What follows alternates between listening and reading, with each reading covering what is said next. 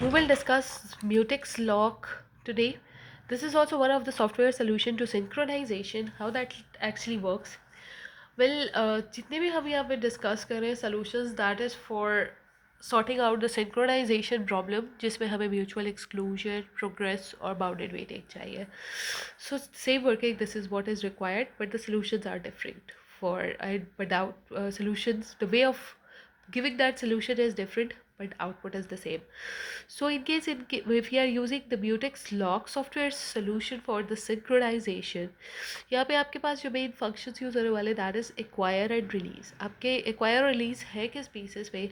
Before entering into the critical section there is a set of instructions that needs to be executed and satisfied, और वो atomic operations हो गए. as I told you कि वो सारे set of instructions at a time execute हो गए without any interruption, and in case all of those are getting satisfied, then the process can enter into that critical section so that you can get the mutual exclusion. Okay, so यहाँ पे as I told you कि initially none of the process is present into that critical section, so the value of lock would be 0. और आपके process P1 ने request की and it will acquire the value of the lock which is 0, so it means none of the process is present into that critical section. Your process P1 will come into that और वो change कर देगा value of lock from 0 to 1. On the other hand, process P2 ने भी request की और it required the condition or the state of the lock variable और जो value उससे return हुई that is 1.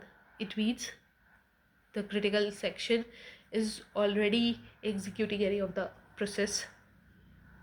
So इस situation में जो आपका process P2 है it will not be allowed to come out of this particular acquire entry section and get into the critical section. जैसे ही आपका प्रोसेस P1 अपनी जो भी ऑपरेशंस उसने एग्जीक्यूट कर दे क्रिटिकल सेक्शन में उन्हें परफॉर्म कर लेगा, it will release that lock and it will be change from 1 to 0 again, and then the process P2 can take it. तो ये एक्वायर और रिलीज फंक्शन को थोड़ा और आसान करके देख लेते हैं. This part is showing you the entries acquire function and this is showing you the release working. ठीक है, एंट्री सेक्शन और आपके एग्जिट सेक्शन की. सो यहाँ पे इनिशियल जैसे लॉक की वैल्यू मैंने आपको बताया 0 थी. सो यहाँ पे कंडीशन में वो जब चेक करेगा कि in case if the value of lock is not equal to 0, ये कंडीशन सेटिस्फाई होगी, so your process will stay within this loop. But in case if it's not, it will come out of this loop, it will change the value of the lock and get into the critical section. तो initially हमारी value 0 की है, तो जब ये condition को check करेगा हमारी कंडीशन के अकॉर्डिंग लॉक की वैल्यू इक्वल नहीं होनी चाहिए थी 0 की, but actually it is. So the condition won't get satisfied as true, it will be false, it will come out of this loop, it will change the value of lock from 0 to 1, enter into the critical section, it's executed, it will get, oh, it will change again the value of lock from 0 to 1 to 0. Same is the working done over here. अब यहाँ पे जब process P1 for suppose present the critical section में P2 ने request की, तो उसे यहाँ पे वैल्यू क्या मिलेगी? 1 फॉर द लॉक जब वो एक्वायर करेगा. So 1 is not equal to 0, the condition is getting true and your process will stay within this while loop. ठीक है, अनटिल एंड अनलेस आपकी ये कंडीशन जब तक फॉल्स नहीं हो जाती.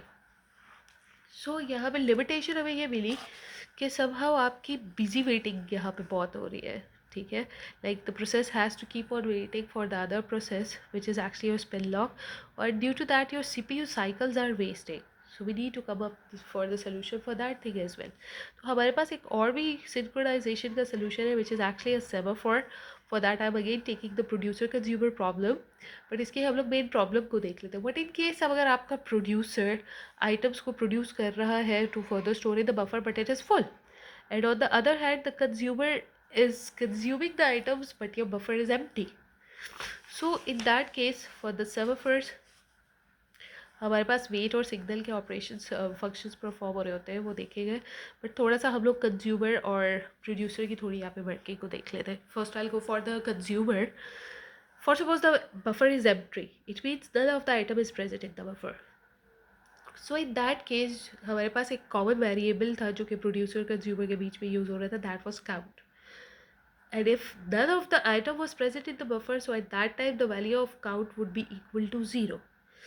जब आपका कंज्यूमर, यहाँ पे कंडीशन ये आएगी कि in case when the consumer wants to consume an item, first of all it has to check the value of the count. In case if it's equal to 0, so it has to wait until and unless जब तक कोई item आपके buffer में store नहीं हो जाता. So now we are supposing that one of the item is present into the buffer. ठीक है, तो हमारी count की value increment हो रही थी. In that case, so the value got incremented by 1. और जब आपका प्रोड्यूसर ने वैल्यू स्टोर की, ठीक है, सो फिर consumer is here now to consume. अब वो यहाँ पे क्या करेगा, what it will do, it will check the value of the count और उसे चेक कि it's equal to 1, it will take that और डेटा को कंज्यूम करेगा आइटम को and then execute the signal function. Signal function का काम यहाँ पे सिर्फ और सिर्फ वैल्यू को इंक्रीमेंट करना है. ठीक है, कैसे होगा वो आगे भी हम देख लेते हैं. Okay, then on the other hand, I'll take an example of the full buffer. It means all of the items are already existing in the buffer that has been stored earlier, और कि वहाँ पे हमारे पास space नहीं है. So at that time, your producer has to check the count value. And in case अगर आपकी count की value equal हो जाती है to the size of the buffer which is n, in my case आप उसे 5 suppose कर लो, so यहाँ पे फिर आपका producer वेट के फंक्शन को रद्द करेगा जब तक कोई और स्पेस नहीं बच जाता for the item to be stored in the buffer. Okay, अब यहाँ पे आपने ये चीज़ सपोज की कि आपका कंज्यूमर है, it consumed one of the item, so आपकी काउंट की वैल्यू रिड्यूस हो जाएगी by 1 and at that time then your producer will execute the function of signal to further store the data in that. और जैसे मैंने आपसे पहले कहा कि सिग्नल का मेन फंक्शन है वैल्यू को इंक्रीमेंट करना, तो ऑब्वियसली फिर आपकी उसमें काउंट की वैल्यू दोबारा से इंक्रीमेंट हो रही है.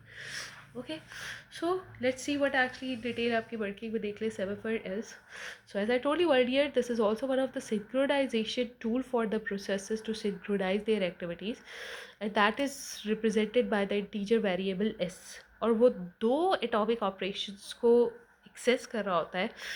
One is wait, वो, और इसको ओरिजिनली हम पी से भी शो करते हैं, वो जो कि ये एक डच लैंग्वेज के साइंटिस्ट, कंप्यूटर साइंटिस्ट है, उन्होंने बनाया था. So he just propose this particular variable which is actually representing the word test. ठीक है, अब्रिविएशन से हमारा काम नहीं है. And then the other atomic operation is signal which is represented by V which would be incrementing. I hope it's clear. So further हम move करते हैं wait and signal. As I told you that s is actually the integer variable for the semaphore, and what it will do, it will check कि अगर आपके semaphore की value less than or equal to 0 है, ठीक है, it will keep on waiting in this loop. It means none of the process item is present in the buffer. ठीक है, so वो हमारे पास situation आ जाएगी. और जैसे ही आपकी वैल्यू लाइक आप मेंटेन कर रहे हो, ठीक है, सो इन दैट केस जैसे ही आपकी value in case if it's greater than 0, it means जो भी पॉजिटिव वैल्यू आपके पास आएगी, so in that case it will come out of the loop, जो भी उसने पर्टिकुलर ऑपरेशन परफॉर्म करना था, and it will decrement the value. ठीक है, वेल सिग्नल का मेन पर्पज़ होगा सिंपल आपकी जो भी सेमाफोर की वैल्यू है उसे इंक्रीमेंट करना. ठीक है, अब ये हो कैसे रही है फर्दर, इसको हम वेट और सिग्नल के बेसिस पे दो मेन पैरामीटर से देखेंगे और डिटेल में भी. सो टाइप्स को अगर हम डिस्कस करें further of the semaphores, there are two types, the counting semaphore and the binary semaphore. Counting semaphore is actually the integer value that is over the range of the numbers. ठीक है, unrestricted आपकी domain है, इसमें आपके पास काफ़ी values आ सकते हैं, real numbers आ सकते हैं, एंड यहाँ पे आप उनको कंट्रोल कर सकते हो जो भी रिसोर्सेज है by the infinite number of instances. और यहाँ पे आपके प्रोसेस की वेटिंग अगर हो रही होगी कि आपका कोई प्रोसेस अगर आप क्रिटिकल सेक्शन में है, so at that time it will perform the wait operation और सेमाफोर की वैल्यू को वो डिक्रीमेंट करेगा. ठीक है, वाइल इन केस अगर आपका प्रोसेस रिलीज़ कर रहा है रिसोर्स को, so at that time it will perform the signal operation और वो इंक्रीमेंट करेगा. ठीक है, ऑब्वियसली रिलीज़ वो तभी करेगा जब उसने उसके ऊपर कोई आइटम प्लेस किया होगा. और जब आपकी काउंट की वैल्यू 0 है एज इट अर्लियर, सो आपकी इट मीन्स काउंट की वैल्यू अगर आपकी 0 है फ्रॉम द प्रोड्यूसर साइड, आप कंज्यूमर साइड से देखें, सो इट मीन्स आपके सारे रिसोर्सेज अब तक यूटिलाइज नहीं हुए हैं, इट हैज़ टू वेट जब तक कोई उसमें काउंट नहीं आ जाता, ठीक है। और it has to wait until आपकी वैल्यू ऑफ काउंट 0 से ज़्यादा नहीं हो जाती है। और on the other hand we have got the binary semaphore which जिसमें आपके सेमाफोर की इंटीजर की वैल्यू रिटर्न हो गई within the range of 0 and 1 and this is totally same as that of the mutex lock. Okay, अब इसका काम हम देख लेते हैं कि मेन वो सिग्नल इंक्रीमेंट और डिक्रीमेंट कैसे हो रहा है, ठीक है। So this is the common resource present between the producer and the consumer. और हमने इनिशियली जब इनिशियलाइज किया है फुल, यहाँ पे फुल वेरिएबल शो करें that it is equal to 0, it means none of the item is present in that resource. In empty आपके पास क्या चीज़ शो करी थी that how many spaces of the buffers are available, ठीक है। सो in case अगर आपके बफर में जो भी आपके स्पेसेस है उसमें बफर में कोई भी अभी तक आपने स्पेसेस ऑक्यूपाई नहीं किया है, it's totally available, so for that it should be equal to n, which is the size of the buffer. It means all are available. Okay, so in my case I'm supposing that the buffer size is 6 and within two of the sections the items are present. So यहाँ पे full कि हमें पास show करेगा that two of the spaces are being occupied, ठीक है, और two of the items are present in the available buffer and empty would be remaining, इनमें से हम अगर देख लें that would be 1 2 3 4 and this is showing me that 4 of the spaces of the buffer are available in that case. okay, further अब यहाँ पे हम ये चीज़ सपोज कर रहे हैं कि the buffer size is which is n equals to 6 और मेरे पास जो यहाँ पे full spaces है that is 2 and the empty spaces are 4, ठीक है। so producer यहाँ पे क्या करेगा, while it will just go for that program to get executed, वो आइटम में से पर्टिकुलरली उसने वैल्यू लेनी है जो भी प्रोड्यूस्ड आइटम उसे मिला है, ठीक है, इट विल टेक दैट। और जब वो वेट का फंक्शन एक्चुअली रन करेगा in that case it will be taking the value of empty and in my case that is 4, ठीक है। अब 4 उसने जब यहाँ पे वैल्यू ली इट विल चेक दैट कि वैल्यू आपके पास ऑब्वियसली अगर आपके पास एम्प्टी की वैल्यू हमने देखा था कि 0 के इक्वल होती है, it means none of the space is present over there, right? so यहाँ पे but it's still showing that we have got the space, तो वो यहाँ पे जो भी डेटा लेगा it will decrement that value from 4 to 3 और जो भी पर्टिकुलरली मोटेक्स का स्पेस था इट विल लॉक इट, उसमें वो आइटम को इंसर्ट आइटम में वो यहाँ पे आइटम इंसर्ट करेगा and then it will unlock that particular space and then signal will be sent to full. तो वैल्यू हमारे पास फुल की जब इनिशियली हमने अपनी प्रॉब्लम में देखा that two of the items were already present in this buffer, so एक और इसमें फर्दर आ चुका है तो सिग्नल हमारे पास इंक्रीमेंट का ऑपरेशन परफॉर्म करेगा and the value of full will change from 2 to 3। I hope अब आपको क्लियर हो गया कि वेट डिक्रीमेंट का और सिग्नल इंक्रीमेंट का ऑपरेशन कैसे परफॉर्म कर रहा है, ठीक है। Okay, on the other side what the consumer is doing, ये सिचुएशन हमारे पास आ चुकी थी, ठीक है। सो यहाँ पे भी उसने जब वेट का ऑपरेशन परफॉर्म किया और उसने फंक्शन कॉल किया सॉरी और फुल की वैल्यू उसने ली, सो उसे जो फुल की वैल्यू मिली है दैट इज़ 3, ठीक है। In the value of N हमें पता है ऑलरेडी 6 है, so it means 3 are full, still it has got the space यहाँ पे। So what it will do, it will come to that particular mutex and it will take the I'll just say mutex, yes, mutex space, it will take that particular data and item, consume it और वो उस item को remove कर देगा, ठीक है, and then again it will unlock that particular mutex।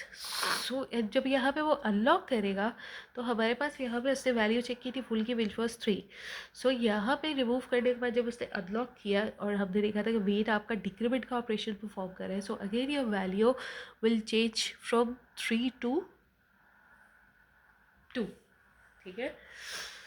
Okay, और signal है, सिग्नल यहाँ पे हमारे पास उसमें जो भी आपके पास वैल्यू थी एम्प्टी की स्टोर हुई दैट वाज 3, सो सिग्नल के पास जब एम्प्टी की वैल्यू 3 यहाँ पे आई थी और सिग्नल का हमने फंक्शन देखा था that was for incrementing the value of the semaphore and then it will get again incremented from 3 to 4, ठीक है। और जो भी आपके पास में कंज्यूम आइटम है उसकी वैल्यू आ रही है। This is how it's actually working. I hope it's clear. Okay, एक दूसरी एग्जांपल आप लोग इसमें से देख लिएगा फुल एंड एम्प्टी बफर की, जहाँ पे हम number of buffer size, or sorry, the size of buffer is 6 and your fullest 6, empty is 0. It means जब यहाँ पे वो वेट का ऑपरेशन करेगा फुल की वैल्यू से जब हम पास करेंगे, सो इन दैट केस आपकी वैल्यू सेटिस्फाई नहीं होगी, तो फर्दर आपका वेट का ऑपरेशन नहीं होगा परफॉर्म। तो सारे कुछ ये देख लेंगे, इन दोनों प्रॉब्लम्स को भी आप लोग एक बार सॉल्व करके देख लें।